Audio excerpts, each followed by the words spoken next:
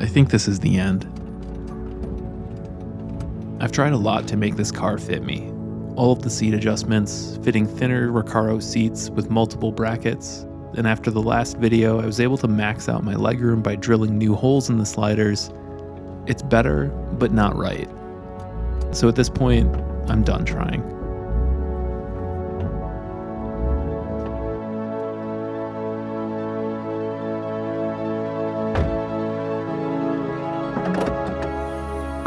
The goal now is simple. Finish every last thing that needs attention, get it in the shape that I'd want if I were buying it, and move on. I've been stacking up parts and supplies for months. All the things that bothered me but never felt urgent enough to stop and fix. Now they're the priority.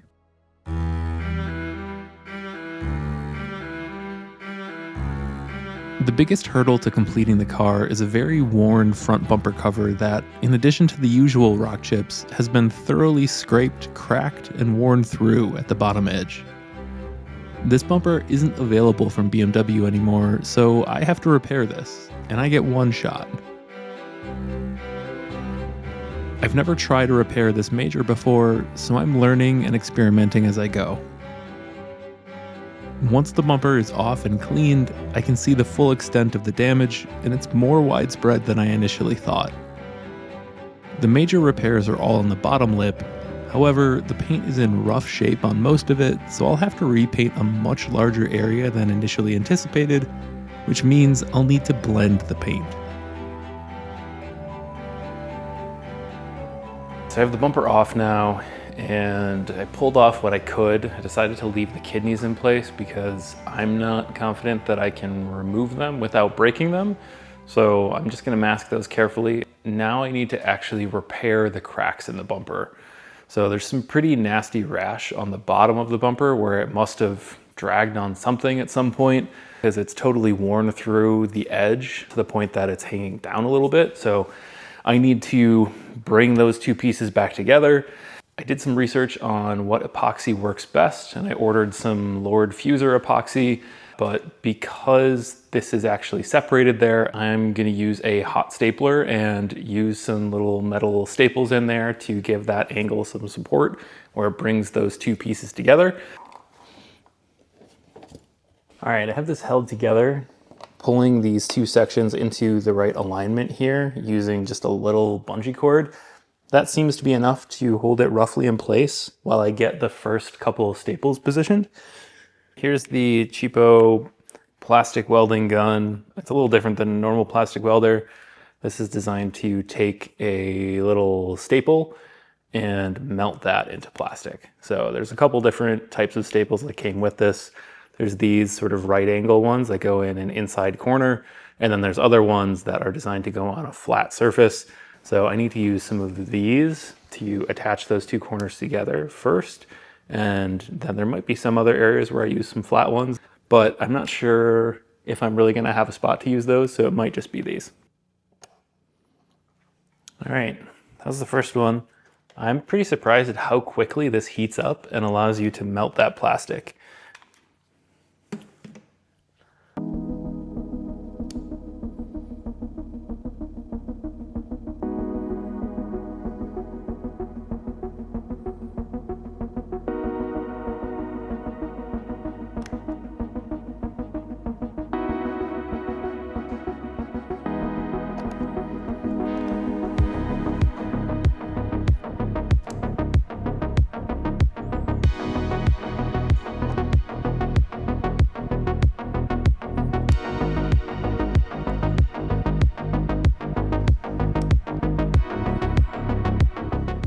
I'm really shocked at how easy that was. It's not very common that when you go to do something in real life, it's as easy and carefree as it seems to be on an Instagram reel or something, but this is that. This is no joke. After all of the staples are in, I trimmed and sanded down the legs that stick out from the surface.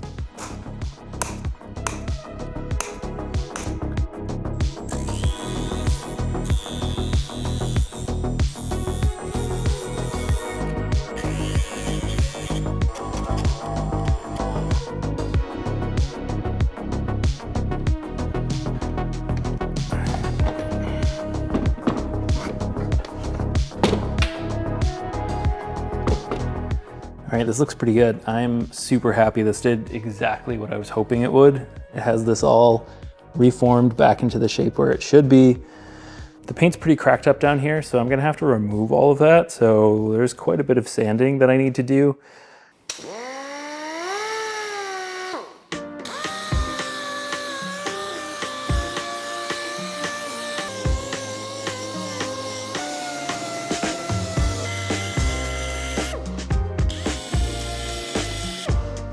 It looks like this bumper has already been repainted once before, so that makes me feel a little bit better about this. It already wasn't totally perfect, so I'm pretty confident that I can get a good repair on this and a good match.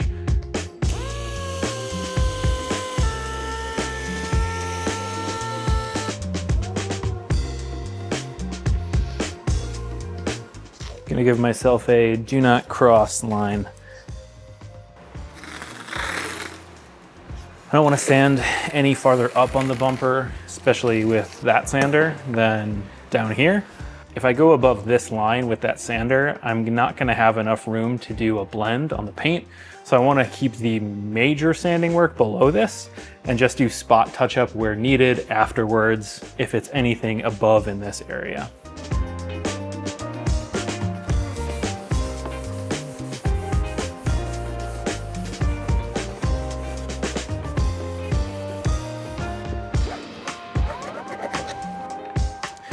All right, this is what I'm gonna use, which is Lord Fuser 143.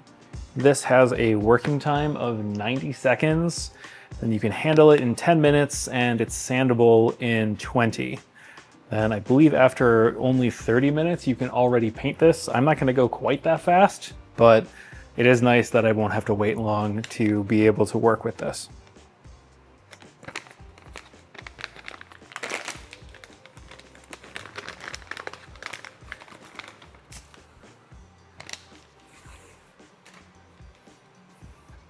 Nice thing is it does already come with some mixing tips. It has two, which is perfect for me because I think what I'm gonna do is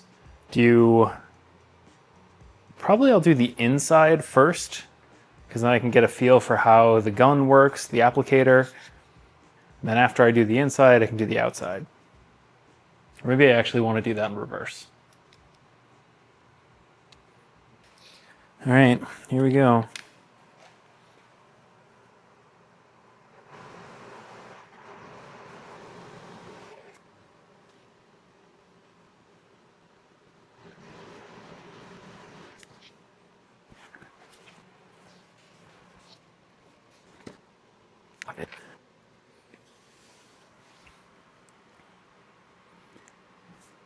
All right, 320, so 330. Can try it out. That's quick. That's very quick. All right, well, I filled the major parts that are most critical.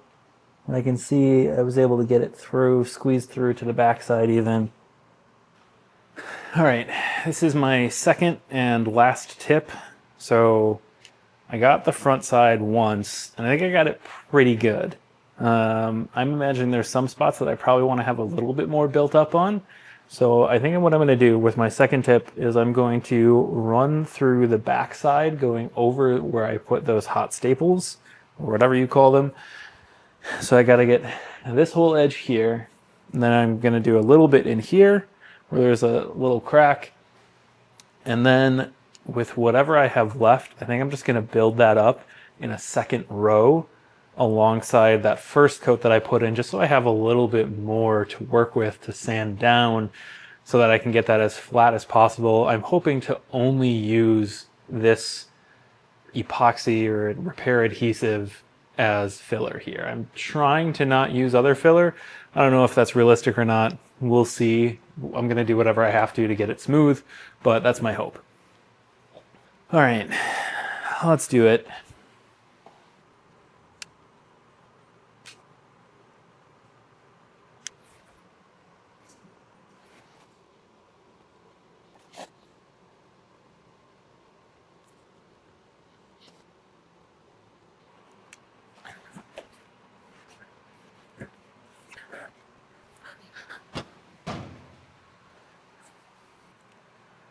Well, who knows?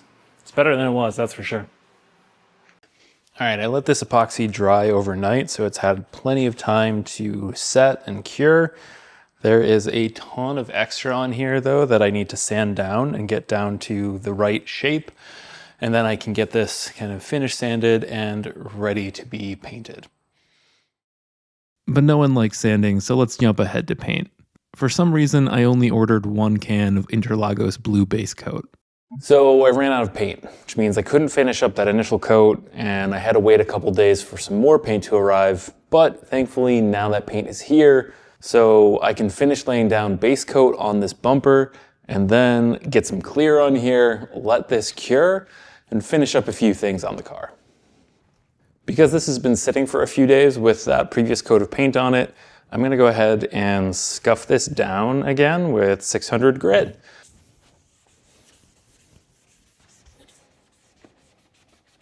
And then clean that off using prep spray.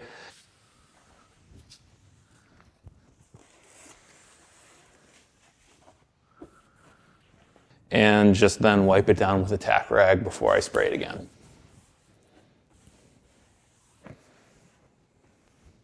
All told, I ended up spraying 3 cans of Interlagos blue. In between coats of paint, I'll take care of the other little issues. First up is replacing the passenger mirror lens, which had turned dark blue and was virtually unusable. It's surprisingly simple to remove these lenses. All you do is position the mirror all the way down, find the notch in the top of the plastic lock ring behind the lens. Rotating this lock ring inward toward the car releases the lens, and then you can unplug any connectors.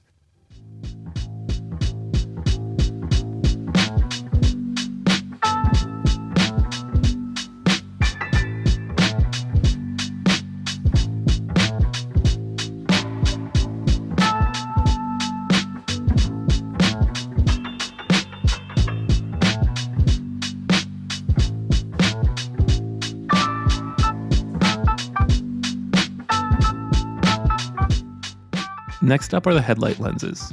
There's a little bit of cloudiness starting at the top, so I'll sand that down, polish, and then apply some Meguiar's Plastic X that I have laying around.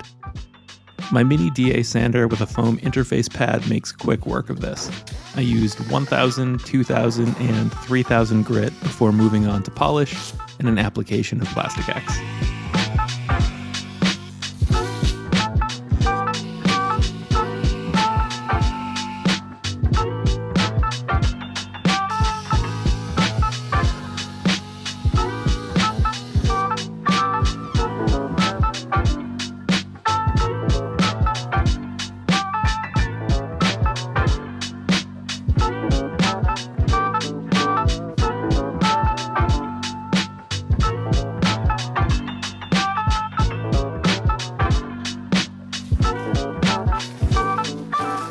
These mini restorations are so satisfying.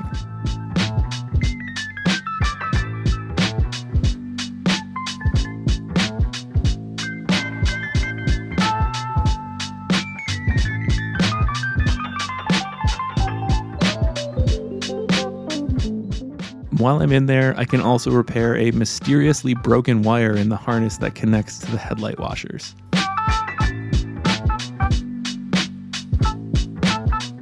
Thankfully, I have some yellow and green wire laying around from my standalone ECU installation in the other car, so I'll cut a piece to size that allows the wire to maintain a natural, unstrained routing.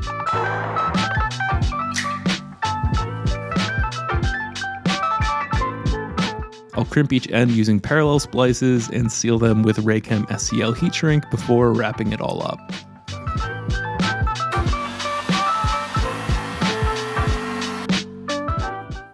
It looks like the factory wiring wrap is pretty similar to vinyl electrical tape, so I'll finish it off with that to match OEM as closely as I can.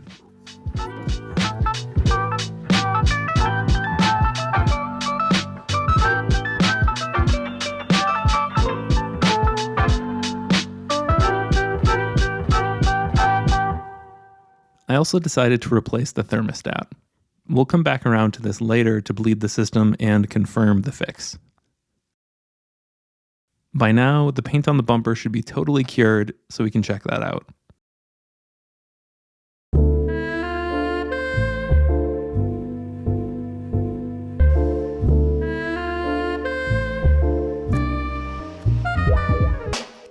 All right, the bumper is all painted and good to go. I got a few coats of base coat on here and then a few coats of clear. I think it was 3 or 4 coats of clear.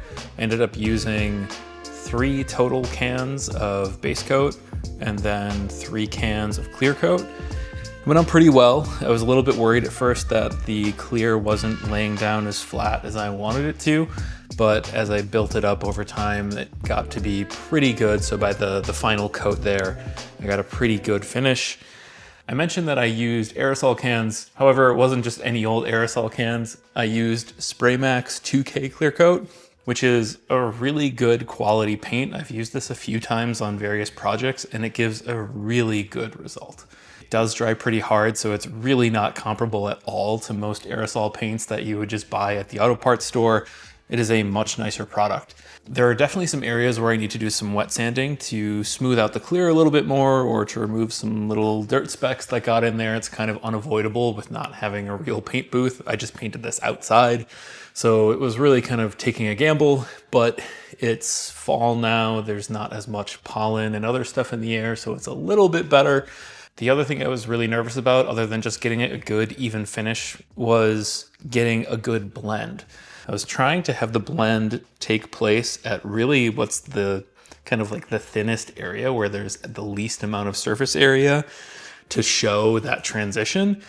So I cut that right in this thin area and here and here. This is all new paint. By the time it's here, probably that's all the original paint that was there before.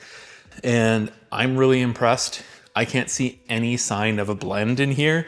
When I look at it, it just looks like all Interlagos blue paint, which it is, so it should, but you never really know what you're gonna get. So that's really good. I'm really happy with how that turned out, and it should then match the car really well.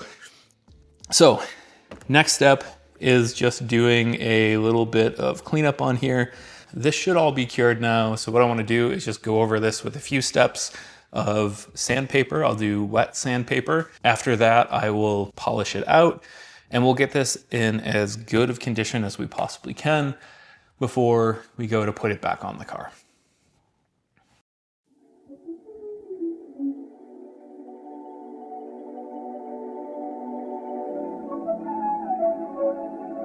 I'll use the mini DA again for this that I used to sand it before. Just as before, I'm going to use a foam interface pad that ensures there's even pressure on the sandpaper and I'm not pushing down on the corners or anything like that. And I will use 1000, 2000, and then 3000 grit before finishing it with polish.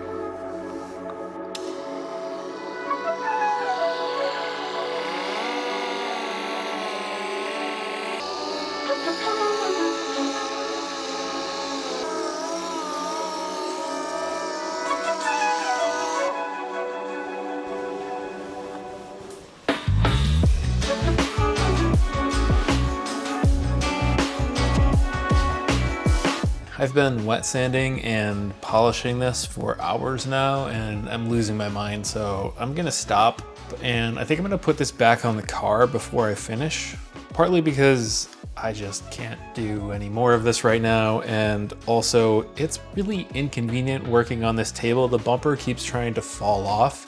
and the whole bumper is just kind of wobbling around like that with the DA on there. So before I put it on the car, I need to install all of the pieces that go on here. Our rondel needs to go on.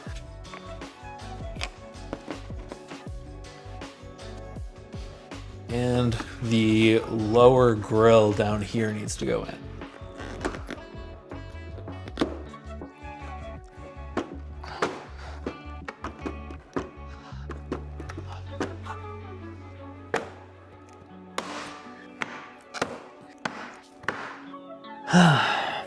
All right. Honestly, this is looking really good. I'm really happy with the results. It's just taking way longer than I thought it would.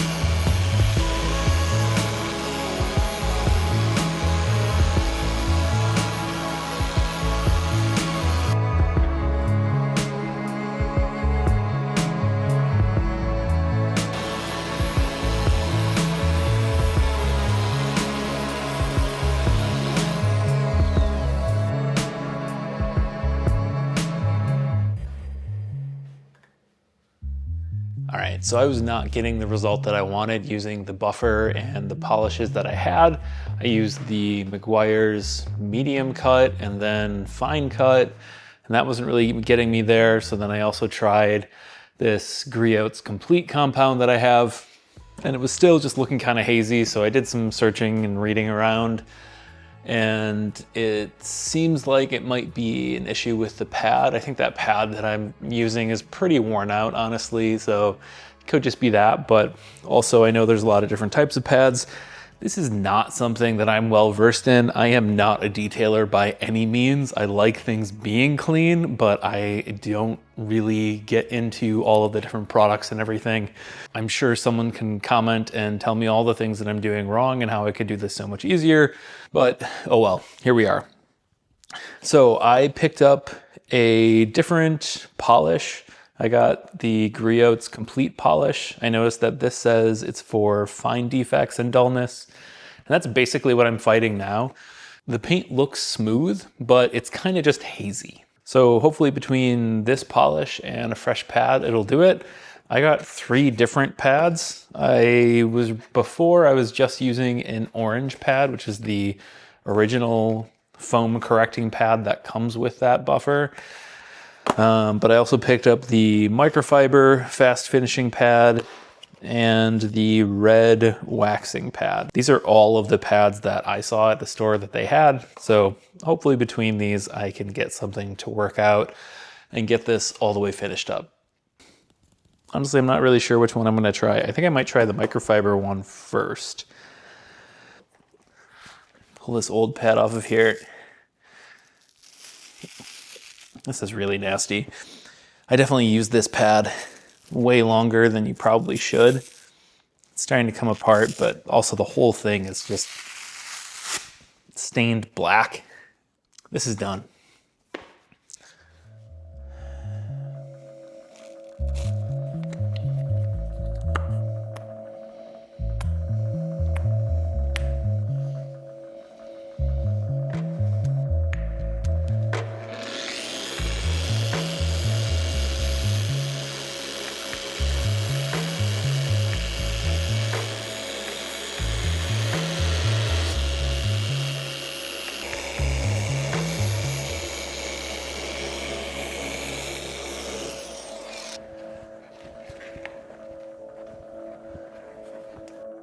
Looks like we're heading in the right direction.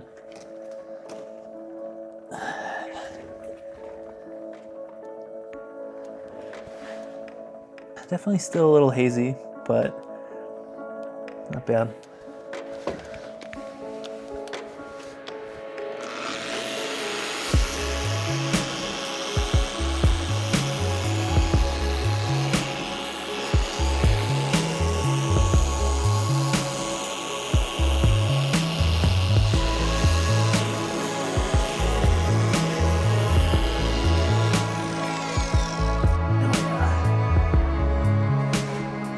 Definitely heading in the right direction now.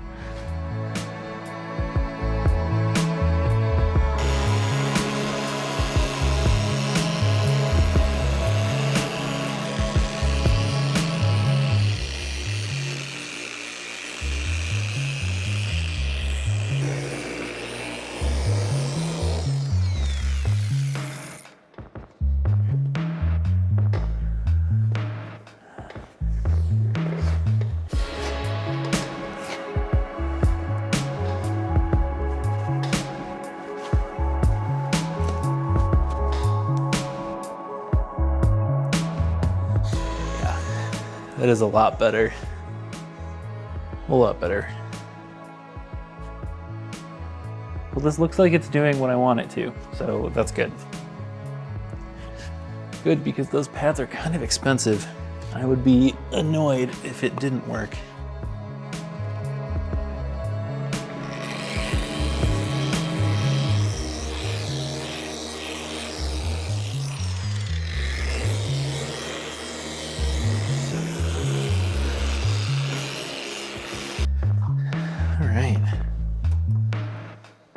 Drop this down.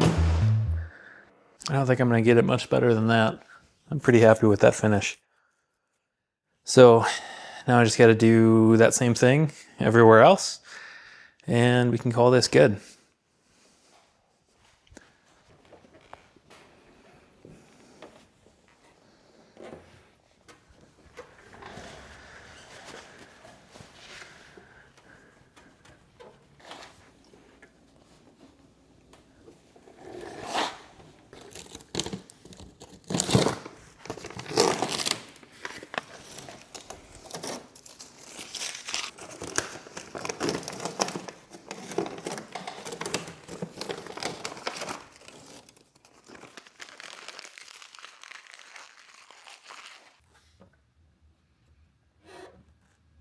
It's really hard to know when to stop when doing this sort of work.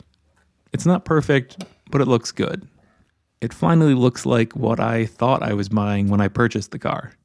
I bought this car in the rain because I drove 7 or 8 hours to go get it, and it was raining on the day that I went to pick it up, so I couldn't see a lot of defects in it.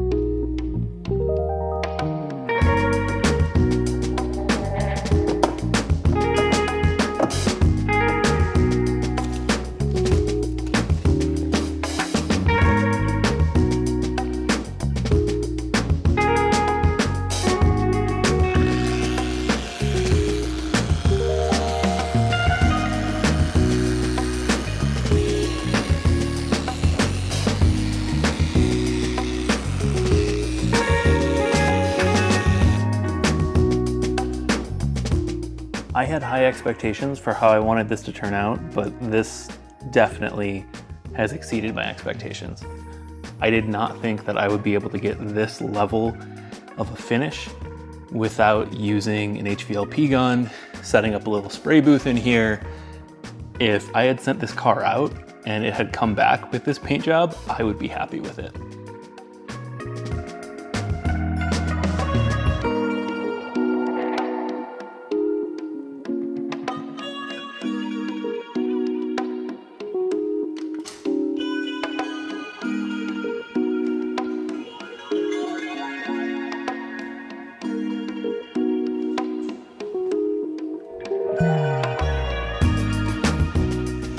Before taking it out for a drive, I need to bleed the coolant.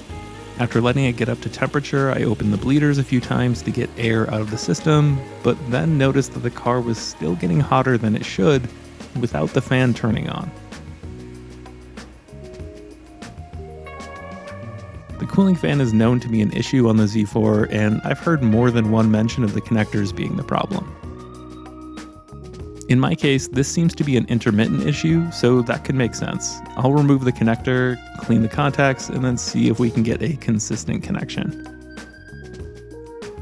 After cleaning the contacts with an emery stick and pencil eraser, I applied OxGuard to prevent future oxidation of those contacts.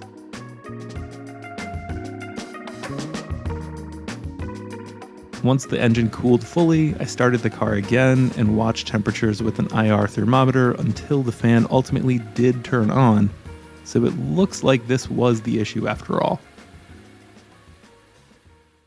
And now we're ready.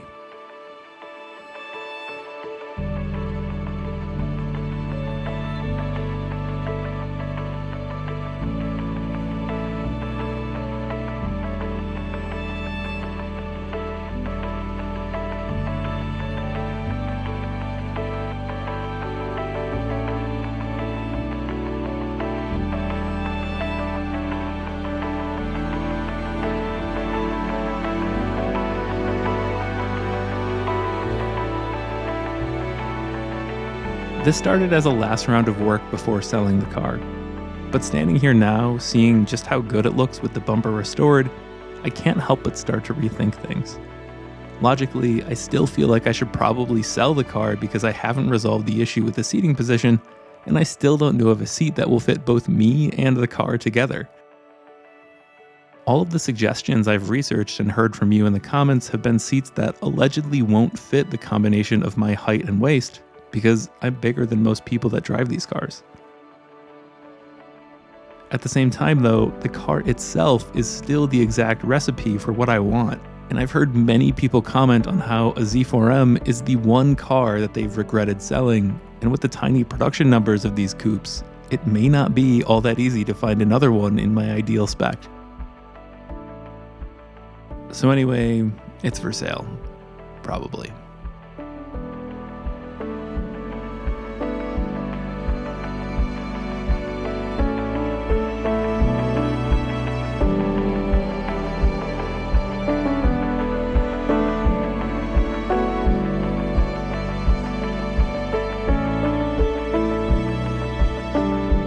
If you like this video, don't forget to like and subscribe, and thanks for watching.